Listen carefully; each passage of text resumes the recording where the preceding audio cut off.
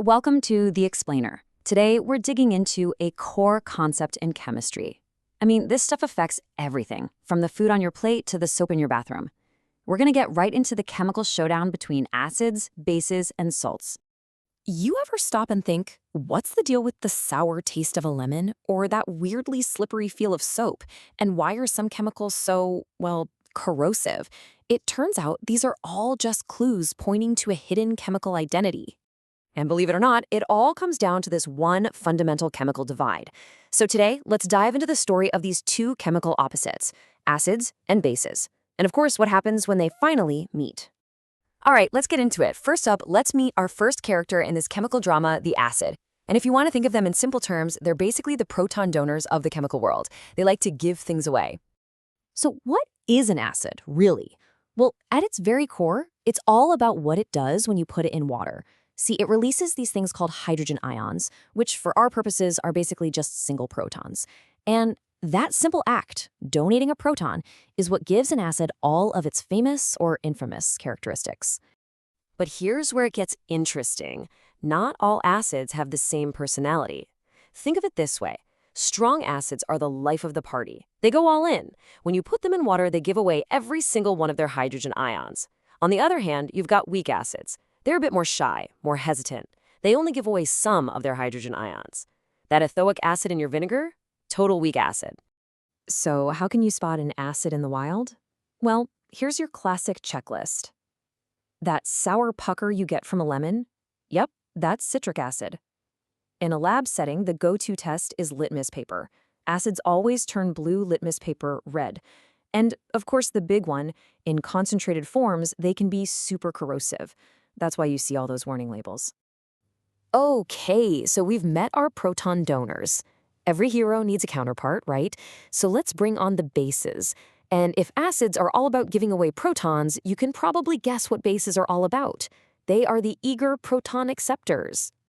I mean, a base is practically made to react with an acid. Its whole chemical identity is built around that relationship. Oh, and you'll probably hear the word alkali thrown around a lot. Don't let it trip you up. That's just a fancy name for a base that happens to dissolve in water. Simple as that. So when these alkalis, our water-soluble bases, dissolve, they release something called hydroxide ions. That's the OH- you're looking at. And this little ion is the absolute key player for bases. Just like the hydrogen ion was the star for acids, the hydroxide ion is the star for bases. It's just sitting there ready and waiting to grab a proton. And check this out. It's like they're the complete opposite of acids in every way. Instead of sour, they're bitter. Think baking soda. Instead of turning litmus paper red, they turn it blue.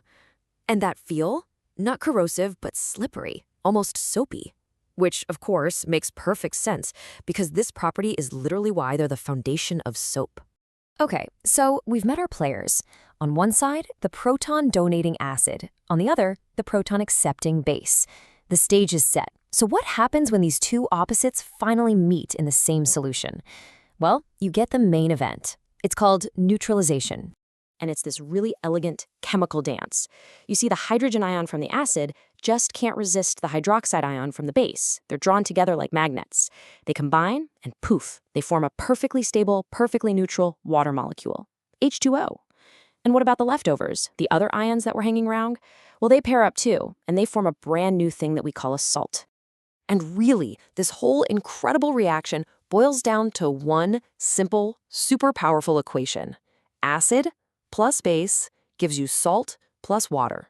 That's it. That's the fundamental rule. They will always neutralize each other and leave behind these two new stable things.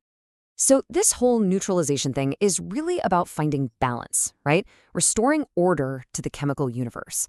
And luckily for us, we've got a way to measure that balance and to make sense of everything that's going on.